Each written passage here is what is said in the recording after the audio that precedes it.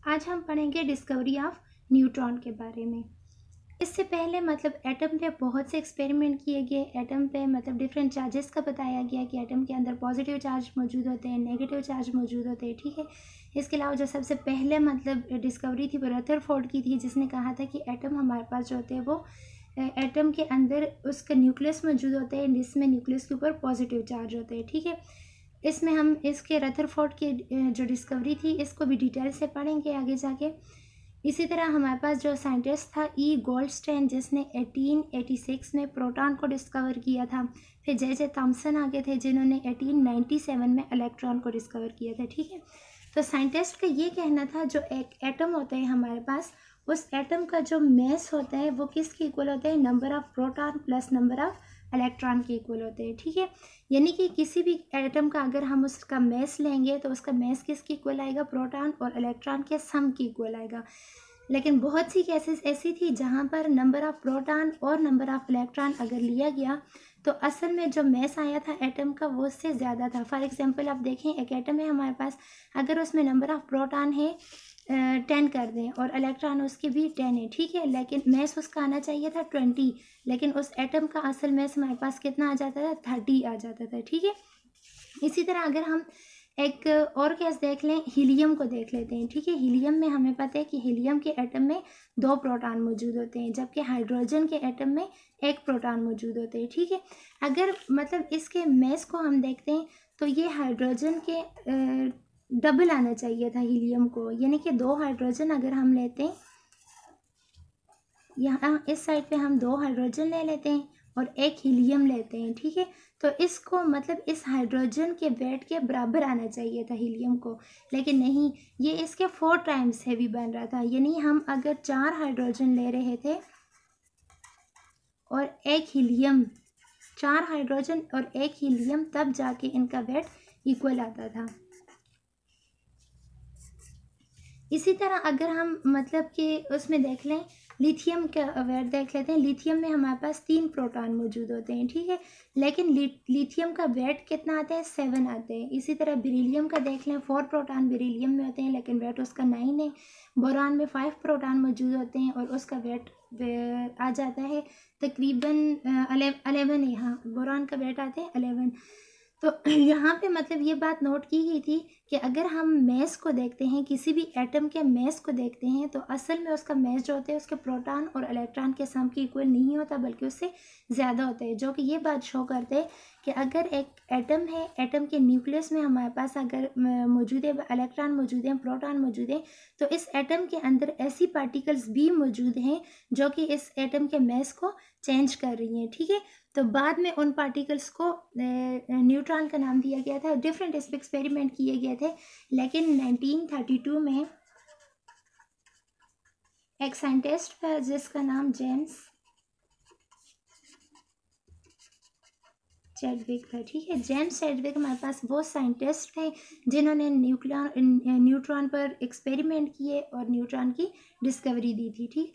तो इसके लिए जो मतलब जेम्स चैडविक ने एक्सपेरिमेंट करने के लिए जितना भी उसका प्रोसेस था, सारा जो यूज़ किया था वो बिल्कुल सेम रदरफोर्ड के एक्सपेरिमेंट की तरह था। जैसे रदरफोर्ड ने न्यूक्लियस की डिस्कवरी के लिए किया था, सेम उसी तरह जेम्स चैडविक ने न्यूट्रॉन के लिए यूज़ किया था। रदरफोर्ड की जो डिस्कवरी थी, डिस्कवरी ऑफ न्यूक्लियस, उसको भी हम आगे डिटेल के साथ पढ़ेंगे। अभी देखते हैं जेम्स चैडविक के एक्सपेरिमेंट को। आते हैं इसके एक्सपेरिमेंट की तरफ, ठीक है। जेम्स चैडविक ने जो एक्सपेरिमेंट किया था, अपने एक्सपेरिमेंट में उसने एक लेड ब्लॉक यूज़ किया। लेड ब्लॉक वो था जिससे कि वो अल्फ़ा पार्टिकल को हासिल कर सकता था, ठीक है। यानी कि पोलोनियम मेटल जो था ये क्या बना, सोर्स ऑफ अल्फ़ा पार्टिकल्स, ठीक है। तो यहाँ से, और ये हमारे पास क्या है, ये बेरिलियम है।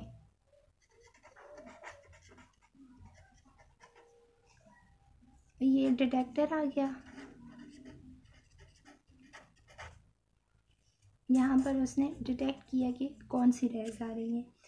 तो यहाँ से जब अल्फ़ा पार्टिकल्स को पास किया गया, असल में ये अल्फ़ा पार्टिकल्स क्या है, हीलियम का न्यूक्लियस है, जो कि पहले ही रदरफोर्ड ने डिस्कवर कर दिया था कि उस पर पॉजिटिव चार्ज है।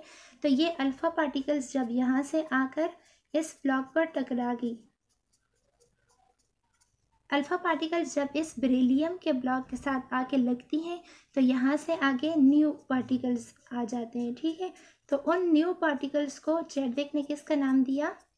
न्यूट्रॉन का नाम दिया। ये न्यू पार्टिकल जो हैं इनको डिटेक्ट किया गया, डिटेक्टर के ज़रिए इनको डिटेक्ट किया गया था, तो इन न्यू पार्टिकल्स को न्यूट्रॉन का नाम दिया गया, ठीक है।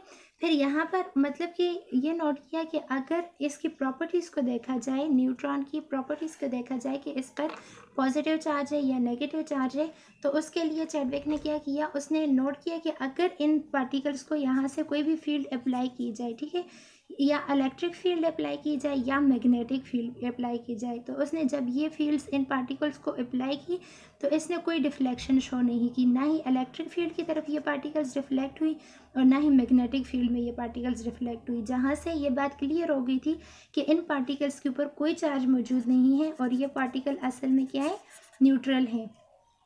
यानी इलेक्ट्रिक फील्ड में अगर वो डिफ्लेक्शन शो करती है या मैग्नेटिक फील्ड में डिफ्लेक्शन शो करती है, उससे तो जाहिर हो जाता है कि इन पार्टिकल के ऊपर कोई ना कोई चार्ज ज़रूर है, लेकिन ये बिल्कुल स्ट्रेट जा रही थी, तो इससे पता चला कि इन पार्टिकल्स के ऊपर कोई चार्ज नहीं है, इस वजह से इनको न्यूट्रल रेस कहा गया, न्यूट्रल पार्टिकल्स आ गई थी। फिर एक और बात को मतलब चेक करने के लिए किया कि अगर इन रेस के दरमियान में यहाँ पर एक पैराफिन प्लेट रख दी जाए, ठीक है, ये क्या है, पैराफिन है, यानी कि वैक्स यूज़ किया उसने, ठीक। तो जब ये पार्टिकल आकर इस वैक्स के ऊपर टकराई, जब यहाँ से ये स्ट्राइक करेंगी या पैराफिन से स्ट्राइक करेंगी, तो ये इस पैराफिन के अंदर जो प्रोटॉन मौजूद है ये उसको बाहर निकाल देते हैं, ठीक है, आउट कर देते हैं। यानी कि ये इतने हाई स्पीड के साथ और इसका मैस इतना है कि ये आके जब इसके साथ टकराती है पैराफिन के साथ, तो पैराफिन के अंदर जो प्रोटॉन मौजूद हैं ये उस प्रोटॉन को बाहर निकाल देते हैं। तो इससे ये बात शो हो जाती है कि ये जो प्रोटॉन यहाँ से बाहर निकले, जाहिर सी बात है पीछे से कोई ऐसी पार्टिकल्स आकर इनके साथ टकराएं जिनका मैस इनके मैस के बराबर था, जिसकी वजह से ये प्रोटॉन यहाँ से इमिट हो गए। तो यहाँ से फिर पता चला कि हमारे पास जो न्यूट्रॉन है, न्यूट्रॉन के ऊपर कितना उसका जो मैस आ जाता है न्यूट्रॉन का, वो कितना है 1.67 × 10⁻27 है, जो कि हमारे पास मैस ऑफ प्रोटॉन भी था। यानी कि न्यूट्रॉन और प्रोटॉन का मैस क्या आ रहा है, इक्वल आ रहा है। तो ये वो एक्सपेरिमेंट था जिसके ज़रिए चैडविक ने डिस्कवर किया कि एटम के अंदर प्रोटॉन के साथ साथ एक और पार्टिकल्स भी मौजूद हैं जिनको उसने न्यूट्रॉन का नाम दिया।